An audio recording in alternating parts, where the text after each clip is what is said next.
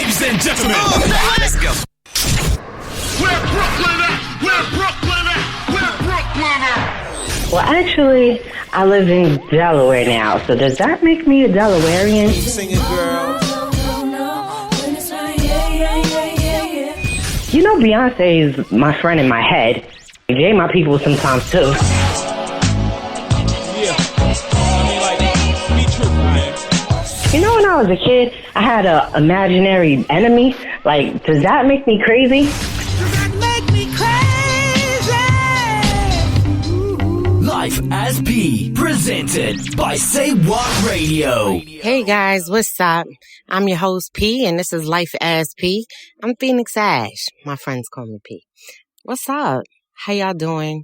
I hope y'all enjoyed. If you had an extra day off due to Labor Day, I hope you enjoyed that. Got some relaxation, particularly if you're an essential worker and you have to go out every day and you don't have the luxury of working from home, where honestly, I could tell you from the few days that I get to work from home is not always a luxury. Like sometimes it's a straight pain in the behind. Sometimes I feel like I work harder when I'm working at home. I don't know if I necessarily like that. Anyway, you know, I talked to you about my theme and messages that have been coming to me over and over again over the past week or so. And honestly, quick tidbit, I feel like the message that has been coming to me over and over is don't be too hasty. When you are in transition and you're looking to move your career, your family life, your love life, whatever, you're looking to have it become whatever you want it to become already. Like, we all try to run away from process. I know I do. I'm always very irritated with myself when I can't write a book fast enough or I can't write a chapter fast enough. I know the whole story. How come I can't just sit down and just put it down all on paper and get to the end of it? Or I know that job belongs to me. Why they can't just go ahead and give it to me? Why do I got to go through 5, 6, 7 interviews when y'all know that I'm the most qualified, I'm the best candidate, and you're going to give me that job? And the same thing with being in transition. When I started the process of divorce, I was very anxious to get to the end of it. And now finding that there's so much paperwork that I have to fill out even before I see a judge or get kind of a final statement or judgment or anything, I'm so anxious to get to the other side of it. It's no slight to anyone. It's not that I'm like running at full speed away from anyone.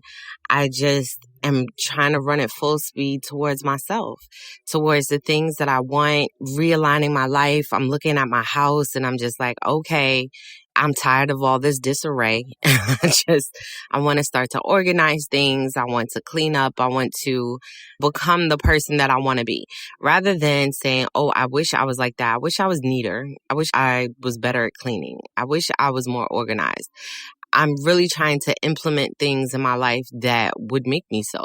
It's process though. And I know for some people who are neat and organized, some of you guys may be like, what you talking about? Just get up, put the stuff where it's supposed to be and call it a day.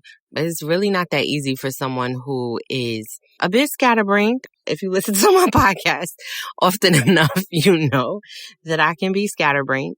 I can be all over the place. And sometimes my habits exemplify that. I'm trying to get better control of that. I just want to be in a better place. I feel like personally inside, there's a lot of things that I've healed from, and I'm very, what's the word?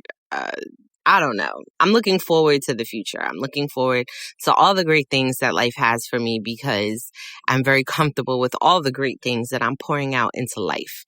And so I'm very happy about being in that space. My daughter is having a much better time. For all of you who have hit me up with concern, she's having a much better time in school. They're not sending her home every week.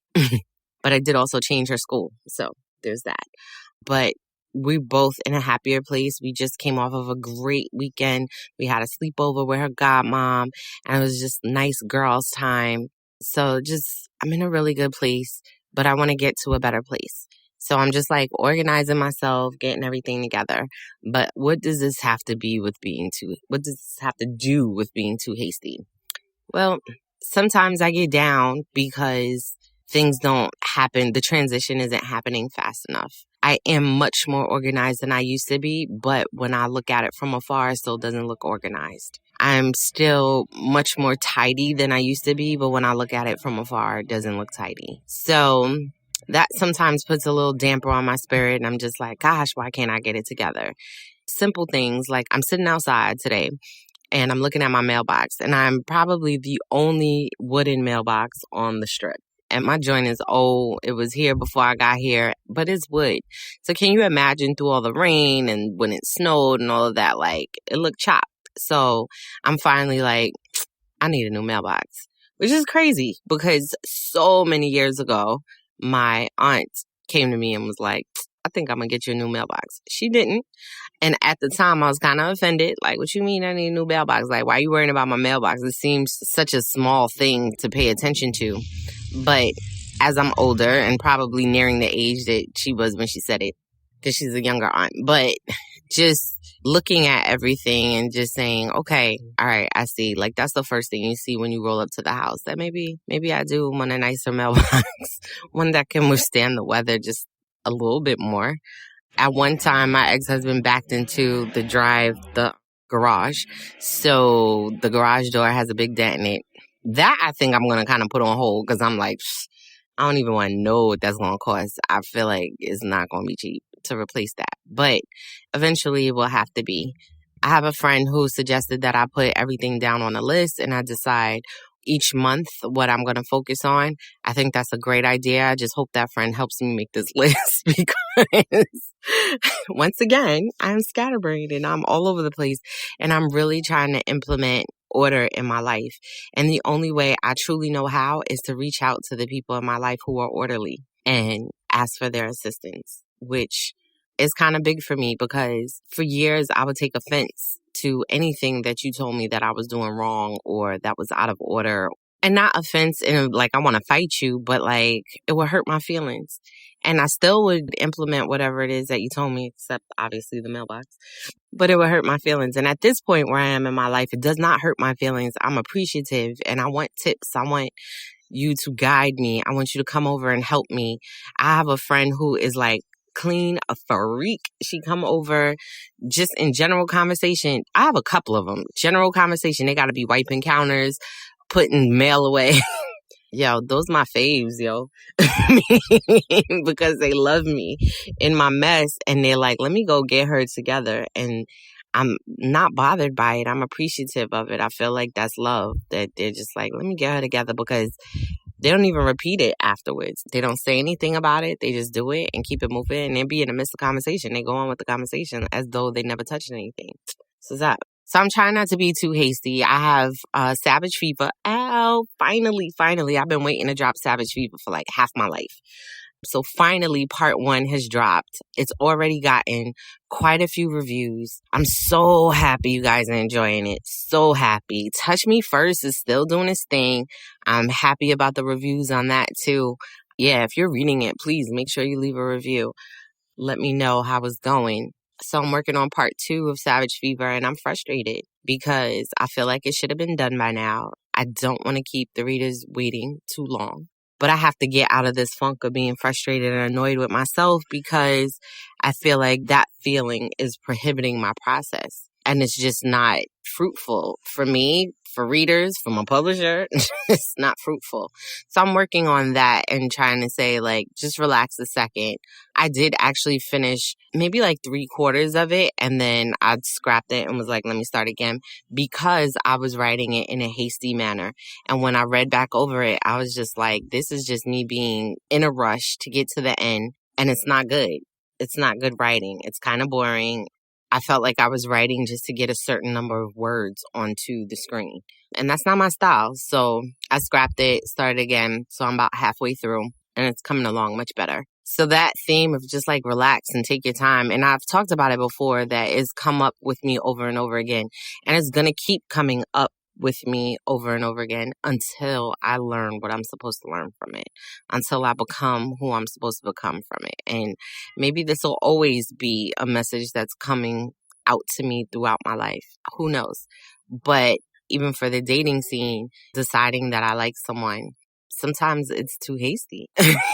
Sometimes it's like, after a couple of conversations, I'm just like, yo, this ain't it. So sometimes or I get really excited if I like someone past 24 hours and just deciding that I like you. Sometimes that decision comes a little too hastily. Like, I don't know enough. I don't have enough information. We might have texted a lot, but we didn't talk, or I haven't seen you yet, or whatever. And a couple of those situations have like proven to me that hold on, I don't really know what I'm evaluating things on. It's been a long time since I've been on the scene, right? So I don't know what I'm evaluating on. Like, yo, what am I measuring? But I feel like I'm way better now. Like, now I have like this complete scale in my head that I'm measuring and taking my time and actually saying, you know what, let me gauge if I like you. Like, before I meet you or see you, like, let me gauge. Let me write down, compile a list of what's working, what's not working. There was actually someone that I just knew that he wasn't into me and like this wasn't going to work or whatever. And I was just like, I'm just going to disconnect or whatever. And I don't know how we ended up getting to like the next conversation, but we did, and met this person and was like, oh, I actually really like you. Like, I like who you are. I like that you're different. That's crazy to me because I was really just getting ready to write the whole situation off. Like, next. So that was crazy. I don't know. I feel like I'm measuring better. So don't be too hasty. And like I said, there's people who like have all these boxes checked, like, you're the right height, you're the right complexion. And honestly, that's a crazy thing to me because there's several people who like, if I'm looking online or whatever, and some people are like reaching out to me, whether it be Twitter, Instagram, whatever. And I feel some kind of way, like if all the people that you're liking pictures of or commenting on positively are all fair skin. And although I'm fair skinned and complimented by whatever you say, I feel some kind of way because I think that I see the beauty in an array of complexions. And I feel like if you're just judging on skin color, like you might as well go date somebody white. And if you're somebody who is in an interracial relationship, this is by no means a slight to you. But I'm not a fan of being admired because of how fair my complexion is. That's just it's not it. And sometimes it takes me a minute to realize that that's what this person is judging me on, that they like the fact that I'm super fair. And I'm like, well, what is that? I mean, I come how I come, but like, what is that? Anyway, that's a whole different show, a whole different annoyance. Anyway, what I'm learning is not to be too hasty. A big way that I'm finding that out is so with my daughter in her school, I did mention that I put her in a new school, but I went to her old school to get her records and I was talking to the principal and they seemed really disappointed that they were losing her at the school. And what seemed to be their remorse for all the reasons that I was leaving really had me in a way because I'm super sensitive and I see the sensitivity in you. I'm like ready to yield. I'm working on that too because it's an easy way to manipulate me. I ain't gonna lie. And then I get mad on the other end and become a whole thug. So, but yeah, so like they're really remorseful and I was going to make a hasty decision and say, you know what, she can stay one more year. But I bit my tongue and I just sat there and listened to them talk. And they talked about how they're making all these incredible, wonderful changes. And her teacher, who she's had all last year, she's had in the summer, would be moving up with her to the next grade.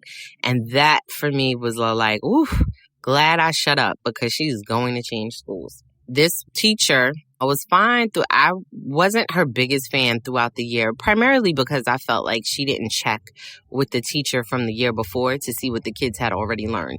So I feel like, particularly in the beginning, it was very redundant and the kids were bored and showing their behinds because they were bored. And I guess she finally got to a place where she was teaching stuff that it was like new stuff, which was cool. But in the summer, for whatever reason, her and my daughter bumped heads the entire summer. I kid you not, every single week I was getting called, come get her. We sent her home. She can't come back tomorrow. Like, who got time for that? Not me. So that prompted my whole search into another school because not that I felt like it was all their fault, like they wasn't handling her properly. But because I was like, there might just need to be a change in atmosphere. They just might be tired of each other. Like, it needs a change in the atmosphere. We need a level set. We need to, in the current atmosphere, there was really no choice but to try to force her into whatever box they were drawing for her. And I didn't necessarily think that the things that they were laying out were the right thing for her. I don't know who child is screaming, Lord. So I changed schools and had a nice talk with her new teachers and stuff, and they seem to be very caring and understanding. And she seems to get a warm, fuzzy feeling when she's around them, and I like that. But I almost made a hasty decision and yielded to the manipulation of my emotions and left her in that school only to be just frustrated all year. I would have been so frustrated every time they would have called and sent her home. So I'm glad I took my time with that. And I just paused for a second and let all the information come out. And of course, I find that when I do that, I make a much better decision. I'm in a much better place. I'm probably going to end up with like 5,000 shows on this topic eventually, because I've like constantly being reminded that I just have to be still for a second and let the process happen. Let things take its course. Let things show its face. I do. In every arena. In my career, I need to like be still, write the story I know, write the story I enjoy. I need to be still and just chill out, not be so anxious to get to the end. Run my own race, not alongside anyone, but just run my own race and get it together. I'm happy that I was wise enough to do it with my child, because she's a whole other person, right? It's a whole other experience, whole other life that basically is at the mercy of my decision making. So I'm glad that that's the place in where I learned it, and not a place that had to suffer because I was still trying to learn the lesson that the universe, God, has been trying to teach me for like my whole life. But as far as dating, I don't know. I don't know. When I have something solid, I'll let you guys know. Like when it's divorced. Can we have a party, like a virtual party when that happens? I feel like we need to have wine glasses. We need to toast. We need to like, I wonder, let me talk to the producer. Can we have like people call in and celebrate and like party music in the background? I don't know. I'm seriously considering it though. But that too, I learned just the decision of getting divorced and finally getting my life in alignment with what it is that I want for it. I feel like I was too hasty in celebrating because I didn't recognize that there was this hefty process behind it. There's so many things to do in order to finalize it. Like, I feel like the process of getting married was really easy. It was like, come on, let's sign some paperwork, have some witnesses, and we're bonded. Getting out of it is like, oh my Lord. So if I ever get married again, trust and believe I'm signing some paperwork, call a prenup. Not just to protect myself, but to protect my spouse. I just feel like we need to put some on paper to, I know you're not supposed to get out of marriage easy. I know, but I would rather it be my heart and my common sense and my wanting this to work to be the thing that holds me in, as opposed to, you know how much paperwork we're going to have to do if we decide to divorce? I'm like, can we outline like how easy we're going to make this for each other if God forbid we ever have to walk down that road? So, because my goodness, this is so frustrating. And it's more so frustrating, right? Because your body, your soul, your emotions, everything has left the situation. You are free of the situation by all means. Like, it's a dead issue to you. And you're bonded by paper. That's crazy. It's crazy. Like, everything in you is gone, out, bye, kaput. And that's why it cracks me up, like, when people talk. Of course, I'm, like, in all these chat rooms online and stuff, and it cracks me up when people are like, even though you're separated, you're still married. And it's just like, you ain't never been married, or you ain't never been in the middle of divorce, because you holding somebody hostage to a situation that's dead and gone. And literally only because the court is taking however long, or the other person's taking however long to fill out whatever paperwork. That's literally why it's taking so long. It has nothing to do with you're in a bonded marriage. You are only married by paper. You are not married by emotion, by obligation, none of that. It's just paper. It's just paper. That's crazy to me. That's crazy to me. I can see if somebody is separated or like just got separated and seemingly still in love, or it's like it could have worked. I wish it would have worked. I'm so sad it didn't work. Or we're still talking about what went wrong and still talking about how we're going to be better people. I'm not having no discussion, and call me what you want, but I'm not having no discussion with him about what went wrong and how we could be better people. I am a better person. I moved on and I've worked on me. So, nah. it's done. So don't be too hasty to judge people who might be going through something similar, but because you have this very narrow view of marriage and relationship, that you look down upon them for whatever it is that they're experiencing, whether it be men who are legally still married and who are dating. And I know, like, as a woman, right, we run up across so many people who lie and mispaint a picture and have us all twisted and thinking all kind of crazy things. Meanwhile, they're trying to get back with their ex. That's not the situation I'm talking about. But I'm somebody it's very clear to you that they have personally and emotionally moved on. They're separate households, no interest in getting back with their ex, but you're still holding them hostage because of what the court says. Like, chill. There's lawyers, there's people who like can drag stuff out for whatever reason.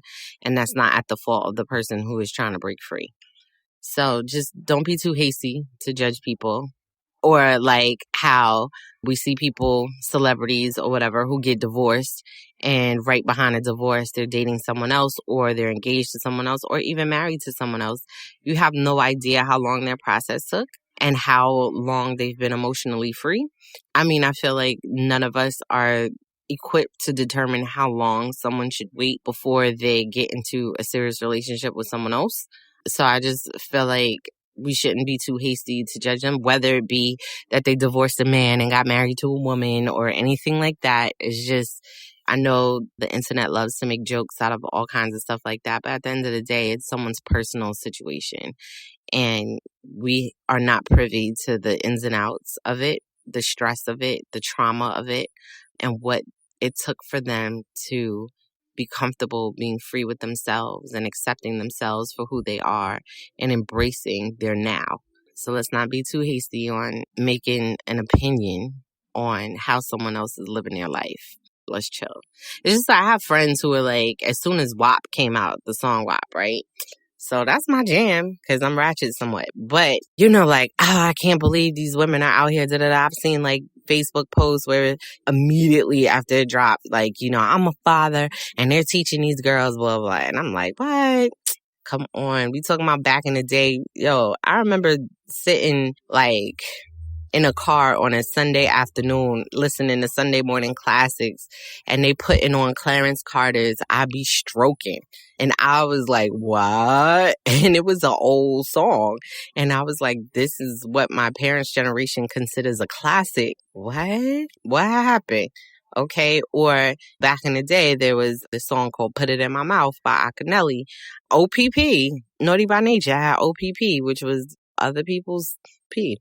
So it's like, come on, we dance to this, we sing to this. I am from the Foxy Brown and Little Kim era. So like, what? The whole way of presenting themselves was a sexual poem, an ode to sensuality, an ode to owning your sexuality. So, nah, you ain't gonna get the pushback from me, yo. Nah, I might turn the volume up. Word. So, I mean, I just feel like this is what I mean. Like in so many different arenas, the message of don't be hasty is coming up over and over and over again. We're just so quick to judge or so quick to define what a situation is, so quick to identify what it is without really taking our time to just look at it and accept it for what it is. It's crazy to me. It kind of falls in line too, like when I think about relationship wise, it kind of falls in line too when I was talking about love languages and how not everybody speaks the same language or receives it in the same language. Just redefining who I'm meeting and what their language is and how they communicate I feel like I'm at a place in my life now where I'm much more open to the differences in how people communicate and the messages that they're sending off, and being more accepting of what their language is and deciding what I want to do with the information I'm receiving. I don't have to stay. I don't have to stand still. I don't have to accept that as like my norm. Like, oh, this is how you communicate. And because it's how you communicate, it's okay with me. I can decide that this is too much for me. Let me exit stage left. However, it's not to ask you to communicate differently. It's just me deciding if I can work with it or not. Totally different mindset than what I've had for years. And I think slowing down my process of thinking and really evaluating is what's helping me come to that place. So now if somebody can stop me from being so sad about how fast I'm not getting organized, I appreciate that. But anyway, that's my soapbox. That's my rant. That's my scatterbrain all over the place thing for today. Please pick up Savage Fever on Kindle Unlimited. It's a quick read. I could use your reviews, but trust me, it's literally TV in a book. Literally. I kid you not. It is. It's that exciting. If you like the erotica stuff, Touch Me First still out there. I got paperbacks on that too. Now you can order that on Amazon Books. You can download it on Kindle Unlimited. It's nice, yo. It's nice. It's nice. Read it with a friend. It's nice. I thank you guys for giving me all your time, all your energy. Every time you guys hit me up in my inbox, I'm so excited. I love the back and forth. I so appreciate you letting me know that you're here, that you're listening, that you're investing, that you're riding it out with me. I definitely appreciate that.